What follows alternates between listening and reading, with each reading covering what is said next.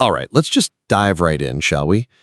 This is a topic that gets talked about a lot, but usually in hushed tones, almost like a whispered secret. I'm talking about the G-spot, a woman's ultimate pleasure point, the supposed magic button, a veritable urban legend in the world of romance and intimacy. So, my question is pointed and direct. Is this thing scientifically real, or is it just a clever myth cooked up by marketing teams to sell a mountain of sex toys to the masses? Cut to the chase for me. That's an excellent question, and it's completely understandable why so many people are both skeptical and intensely curious. Let's set the record straight right from the start.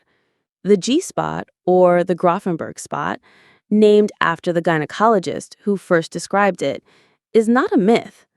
Anatomically, its existence can be explained and identified. However, and this is a very important distinction, the popular understanding of it as a simple on-off switch for orgasm, now that's what we need to discuss more deeply. That simplified idea is where the myth lies. So, to give you a clear answer, yes, the area itself exists, but its function is far, far more complex and nuanced than most people have been led to believe. It's not a magic button, but it is a special place. Okay, see, this is precisely where it gets confusing for everyone. If you're telling me it's real, then where exactly is it located? The descriptions you find online are all over the place. One article says it's a few inches deep. Another says it's the size of a coin. A third one says it's right near the urinary tract. Honestly, it feels like we're being sent on a treasure hunt without a clear map. Could you please, for the sake of everyone listening, break it down in a way that's easy to understand? The treasure hunt analogy is quite fitting, actually, because it truly does require a bit of mindful exploration, not a brute force search. Let's create a clearer map for you. Imagine the front wall of the vagina, that is, the side that is closest to the stomach, not the side toward the back. This specific area, the G-spot, is located roughly 1 to 2 inches or about 3 to 5 centimeters inside from the vaginal opening on that front wall. As for its size, it isn't very large, perhaps about the size of a small coin. Now, here's the key part that trips people up. When it's not stimulated, its texture might not feel very different from the surrounding tissue. But when a woman is aroused and it receives the right kind of stimulation, this area will swell slightly as blood flows to it. The texture changes, becoming a bit firmer, perhaps slightly more coarse or ridged, almost like the feel of a walnut surface.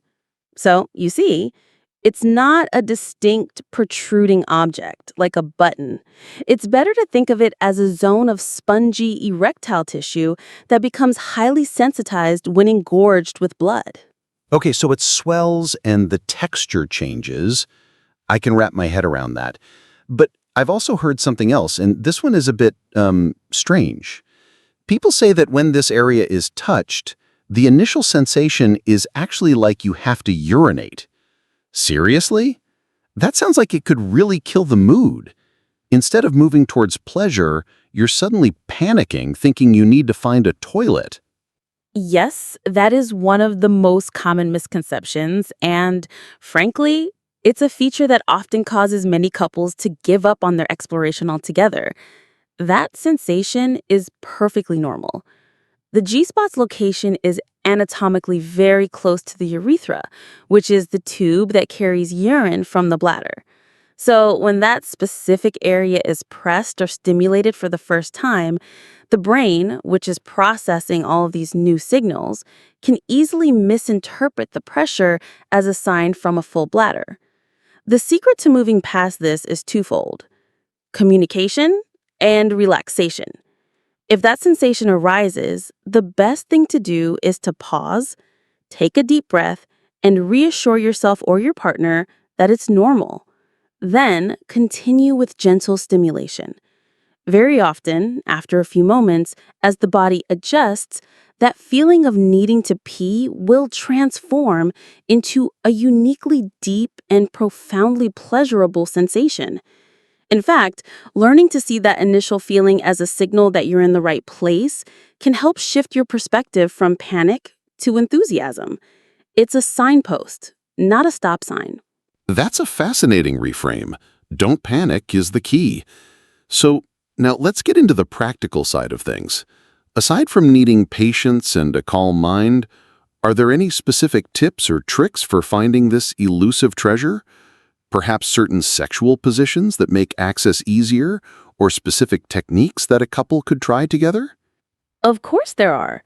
But I must stress that the most important first step, even before trying with a partner, is for a woman to get to know her own body first. Solo exploration is an incredibly empowering and vital first step.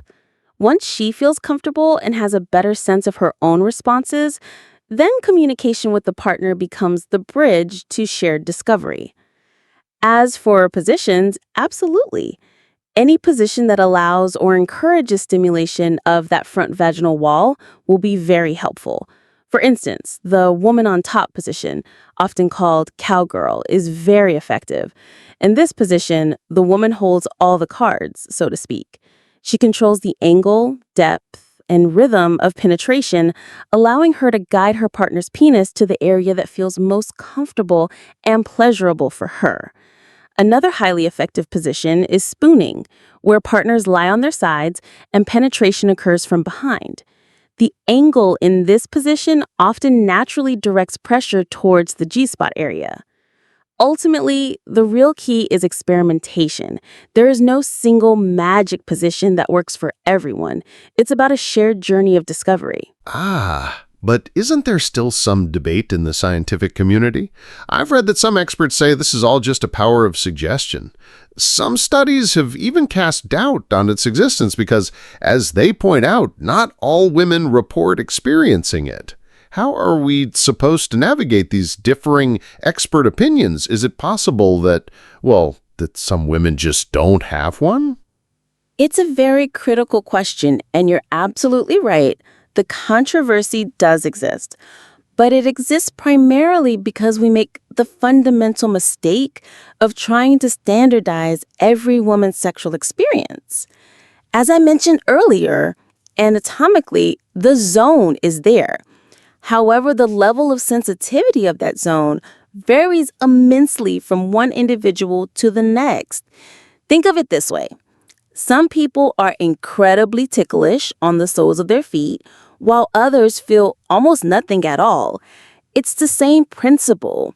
Some women may experience extraordinary, deep pleasure from G-spot stimulation. Others might just feel a pleasant but ordinary sensation. And for some, it might even feel slightly uncomfortable. There is no right or wrong response. So it's not a question of having it or not having it. All women possess the general anatomy, but their sensory experience of it is deeply personal. In fact, making G-spot orgasm the single obsessive goal of an intimate encounter is one of the surest ways to create unnecessary pressure, performance anxiety, and ultimately disappointment. I understand. So the focus shouldn't be on one tiny spot, but on the entire holistic experience. That's actually a great segue to my next question. And let's just say I'm asking this one on behalf of a friend. It's about overall relationship harmony. What is the normal frequency for a couple to have sex in a week? Is there a magic number we should all be aiming for? The classic and ever popular asking for a friend question. The answer is simple, though perhaps not satisfying for those who are looking for a definitive number. There is no normal number that applies to everyone. For one couple, once a month might feel perfectly normal, intimate, and connecting. For another, 3 times a week might be their normal. Normal is simply whatever is mutually agreed upon and feels comfortable, satisfying, and sustainable for for both people in that specific relationship. What is far more important than quantity is quality. Is the intimacy based on mutual desire? Is there an emotional connection present? Do both partners feel respected, heard, and fulfilled afterward? Chasing a number on a calendar will only turn intimacy into a chore, or worse, a competition. And that is a surefire way to damage the very harmony you're seeking to build. So, to summarize what I've learned today, the G-spot is real, but the experience of it is deeply personal, and the frequency of intimacy is all about mutual agreement and quality, not some arbitrary quantity. Is there any final closing message you'd like to share with our audience about all of this? My most important message is this: throw away all the pressure that comes from the outside world. Do not let movies, magazine articles, or conversations with friends dictate what your intimate life should look like. The real keys to a fulfilling intimate life can be boiled down to three things: exploration, communication, and appreciation. Explore your own body and your partner's body with a sense of genuine curiosity, not with a demanding agenda. Communicate what you like, what you don't like, and what you're curious about, always with honesty and gentleness. And most importantly, appreciate every moment of intimacy as a profound opportunity to connect more deeply with another human being, not just as a means to a physical end or to hit a specific target. True, lasting intimacy is built on a foundation of mutual understanding, emotional safety, and shared vulnerability, not on myths or statistics.